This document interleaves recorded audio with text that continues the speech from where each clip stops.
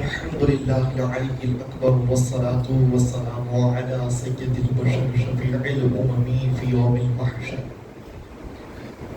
وعلى آله وأصحابه السروج الغرر. أما بعد، فقد قال الله تعالى في القرآن المجيد والفرقان الحميد: من يتق الله يجعل له مخرجا ويرزقه من حيث لا يحتسب. صدق الله العظيم وصدق رسوله النبي الأمين المتين الكريم، ونحن على ذلك لمن الشاهدين والشاكرين، والحمد لله رب العالمين. عرض و معروض سے قبل انتہائی ادب و احترام اور عقیدت و محبت کے ساتھ ہم سب مل کر اپنے آقا و مولا حضور پر نور شفیع یوم النشور، سرور دو جہاں مالک کون و مکان، سید عرب و عجم شاہ امم صلی اللہ تعالی علیہ وسلم کی مقدس بارگاہ میں درود و سلام کا ہدیہ اور نذرانہ پیش کریں. پڑھیے با آواز بلند: اللہم صلی علی سیدنا و شفیعنا و حبیبنا و طبیبنا و قلوبنا و غوثنا و غیاثنا محمد معدن الجود والکرم و آلہ و اصحابہ و بارک وسلم صلاة و سلاما دائما ابدا علیک یا رسول اللہ صلی اللہ تعالی علیہ وسلم. عزیزان گرامی وقار،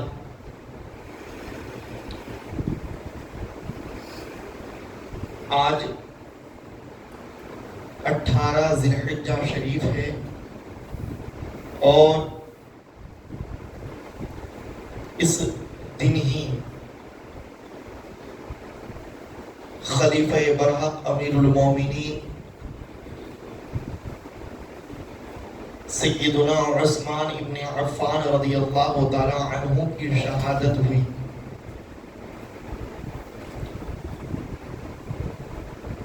حضرت عثمان ابن عفان رضی اللہ تعالی عنہ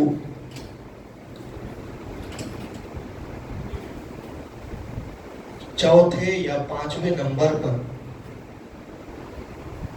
مشرف باسلام ہونے والے صحابی ہیں.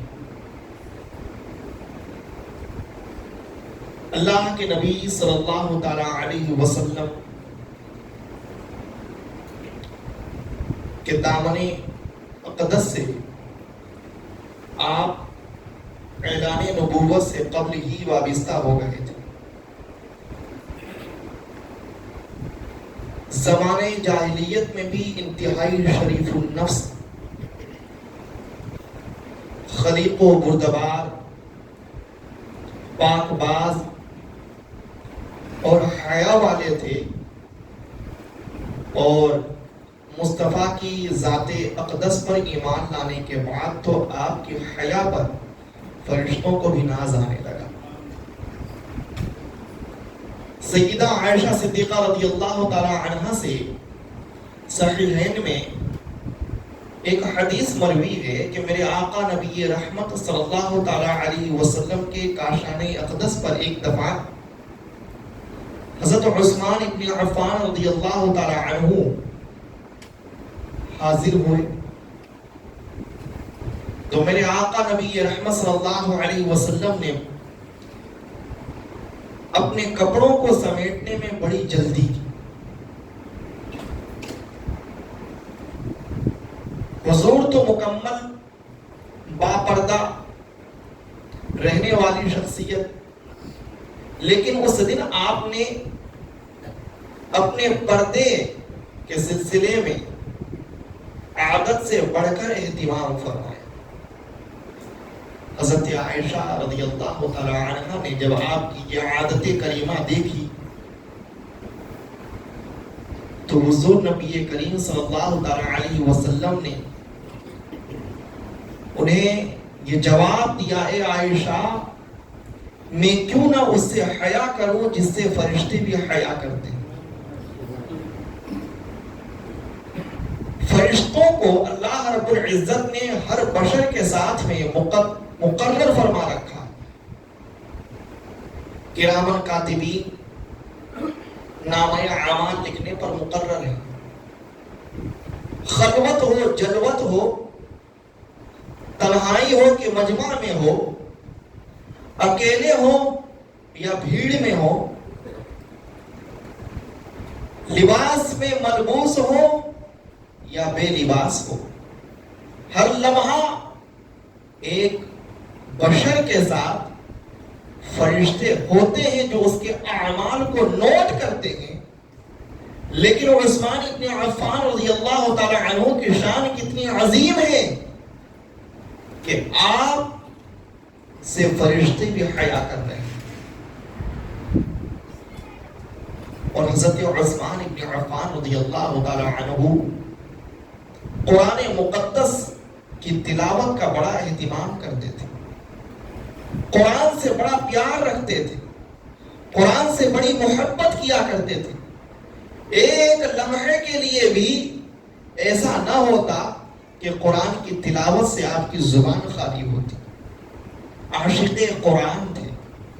اسی لیے پروردگار عالم نے آپ کی خلافت میں قرآن عظیم کی ایسی خدمت آپ سے لی کہ اس ملت پر ان کا یہ احسان قیامت تک رہے گا. عمر فاروق اعظم کے زمانے میں مختلف بلاد و امصار میں جب اسلام پھیل گیا اور لوگ الگ الگ رنگ، الگ الگ مذہب، الگ الگ مشرب سے تعلق رکھنے والے مشرف پہ اسلام ہوئے، تو حضرت عثمان غنی کے زمانے میں تلاوت قرآن کے سلسلے میں اختلافات پیدا ہونے لگے. کسی نے کچھ اور لہجے کے ساتھ قرات کی، کسی نے کچھ اور اعراب کے ساتھ قرات کرنی چاہی.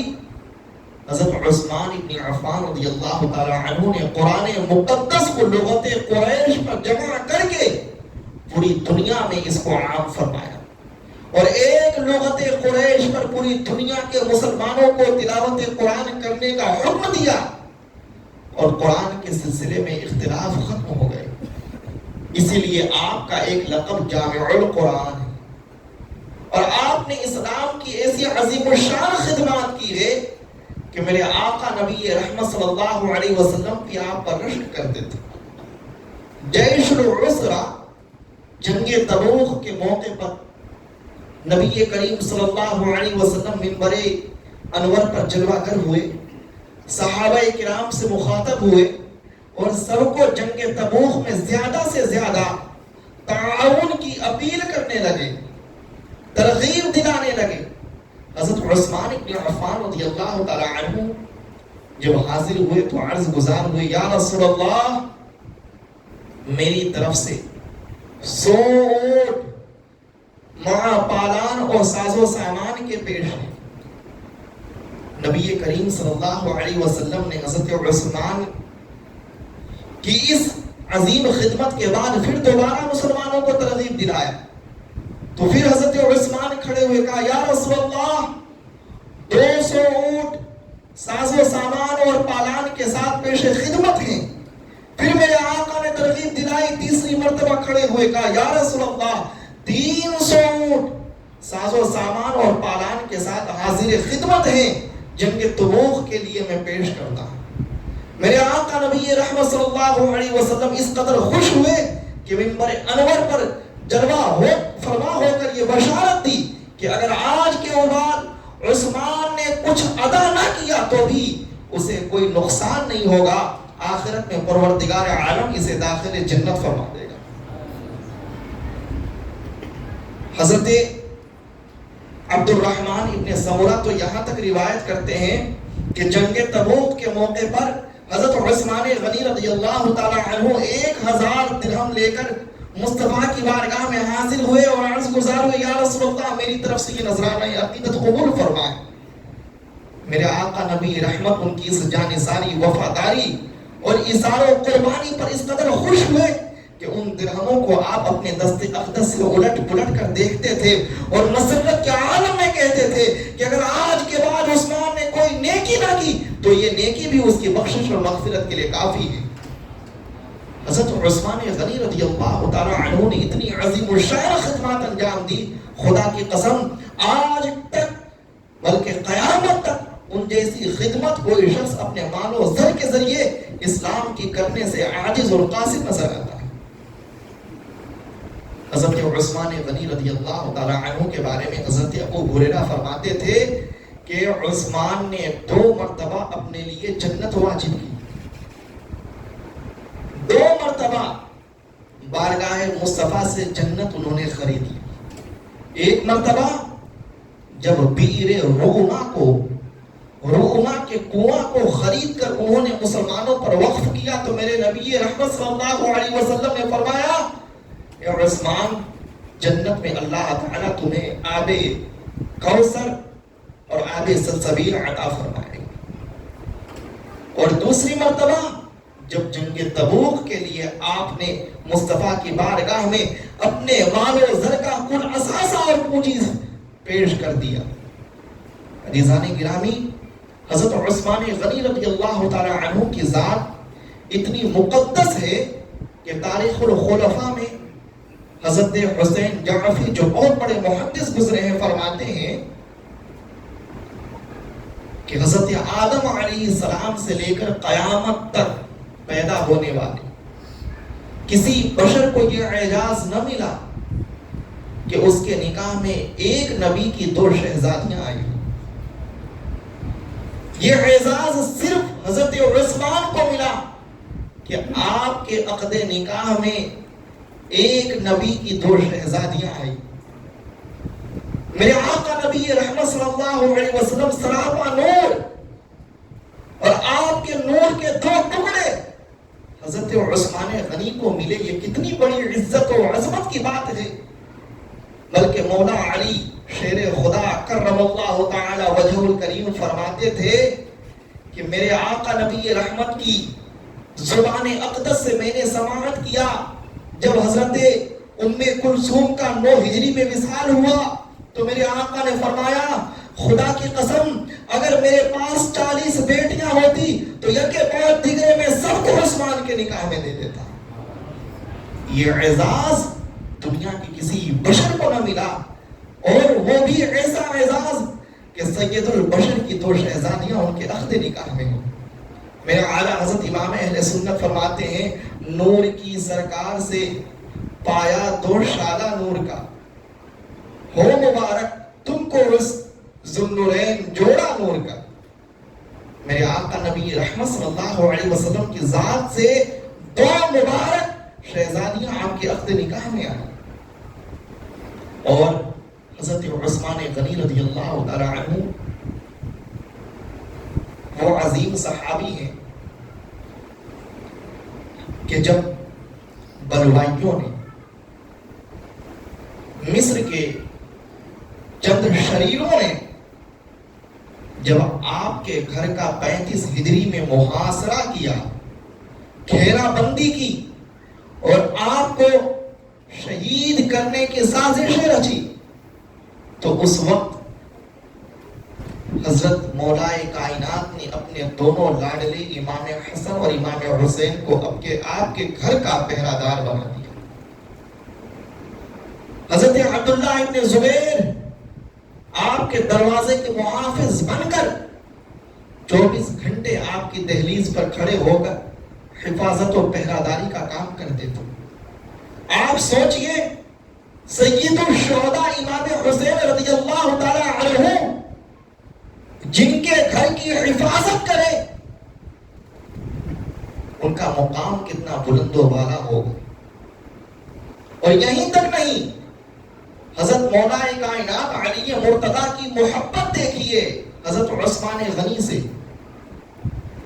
آپ کی شہادت کے بعد جب خبر کبار صحابہ کرام تک پہنچی، مولا علی حاضر ہوئے اور امام حسن کو ایک مکہ رسید فرمایا اور امام حسین کو ایک تماچا رسید کیا اور کہا، تم لوگوں کے ہوتے ہوئے عثمان کیسے شہید ہو گئے؟ آپ ذرا بتائیے، مولا علی اپنے شہزادوں کو اگر ڈانٹ رہے ہیں زندگی میں کبھی تو کسی اور معاملے پر نہیں، صرف حضرت عثمان غنی رضی اللہ عنہ کی حفاظت اور شہادت کے معاملے پر۔ آپ سوچ کے کتنا عظیم مقام ہوگا۔ حضرت عثمان غنی رضی اللہ تعالی عنہ جب 35 ہجری میں شہید کیے گئے اور مظلومانہ انداز میں قتل کیے گئے، اس سے قبل صحابہ کرام نے آپ کی بارگاہ میں کئی دفعہ یہ مشورہ رکھا، اے عثمان آپ یہاں سے تشریف لے جائیں۔ تو حضرت عثمان غنی رضی اللہ تعالی عنہ نے جواب دیا، مجھ سے میرے آقا نے اپنے حیات ظاہری میں یہ ارشاد فرما دیا تھا کہ عثمان ایک زمانہ ایسا آئے گا کہ مسلمان تمہارے خون کے پیاسے ہو جائیں گے اور تم پر فتنے ڈھائے جائیں گے، لیکن اس وقت میں تم ثابت قدم رہنا، صبر کرنا، اللہ رب العزت تمہیں دنیا اور آخرت میں سرخرو فرما دے گا۔ اے مسلمانوں، میں مصطفیٰ کے وصیت پر عمل کرتے ہوئے ثابت قدم رہوں گا، میں یہاں سے ہٹوں گا نہیں، چاہے میری جان ہی کیوں نہ چلی جائے۔ ایک صحابی ہے، وہ فرماتے ہیں نبی کریم صلی اللہ تعالی علیہ وسلم مسجد نبوی میں خطبہ دے رہے تھے اور فتنوں کے بارے میں بیان فرما رہے تھے کہ ایک زمانہ آئے گا، طرح طرح کے فتنے اٹھیں گے، اسلام کے اندر داخلی باطنی بہت ساری سازشیں رچی جائیں گی۔ اس وقت ایک چادر پوش شخصیت مسجد نبوی کے قریب سے گزری اور مسجد میں داخل ہوئی۔ میرے آقا نے ان کی طرف اشارہ کرتے فرمایا، لیکن اس فتنے کے عالم میں وہ ثابت قدم رہے گا۔ وہ صحابی رسول فرماتے ہیں میں تیزی سے اٹھا، جب قریب میں نے دیکھا تو پایا وہ عثمان ابن عفان رضی اللہ تعالی عنہ ہے۔ پھر جب وہ بارگاہ مصطفیٰ سے زیادہ قریب ہوئے، میں نے پوچھا یا رسول اللہ، کیا یہی وہ شخص ہے جو ان فتنوں کے عالم میں بھی حق پر رہیں گے اور حق پر ثابت قدم رہیں گے اور شہادت پائیں گے؟ سرکار نے کہا ہاں، یہ وہی شخصیت ہے کہ ان عظیم فتنوں کے زمانے میں بھی اللہ ان کی حفاظت فرمائے گا اور حق پر ان کو ثابت قدم رکھے گا۔ عزیزان گرامی، حضرت عثمان ابن عفان رضی اللہ تعالی عنہ کی شہادت تو طے تھی، لیکن آپ کی شہادت ایسی شہادت ہے کہ خدا کی قسم نبی رحمت صلی اللہ تعالی علیہ وسلم نے اس شہادت میں حق پر ثبات قدمی کے لیے آپ کی فضیلت بیان فرمائی۔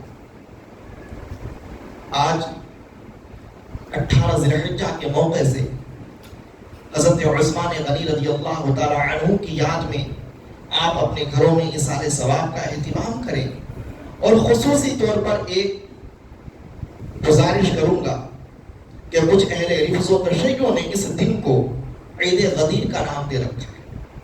اسلام میں اس کی کوئی اصل نہیں ہے، کوئی حیثیت نہیں ہے، کوئی حقیقت نہیں ہے۔ صحابہ، تابعین، اتباع تابعین، ائمہ مجتہدین، اولیاء کاملین، ہمارے بزرگوں اسلاف سے اس کی کوئی سند نہیں ملتی۔ اس لیے اس فتنے سے اپنے آپ کو دور رکھیے۔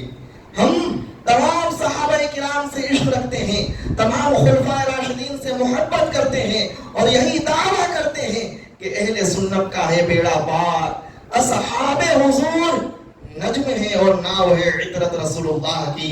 السلام علیکم ورحمۃ اللہ تعالی وبرکاتہ۔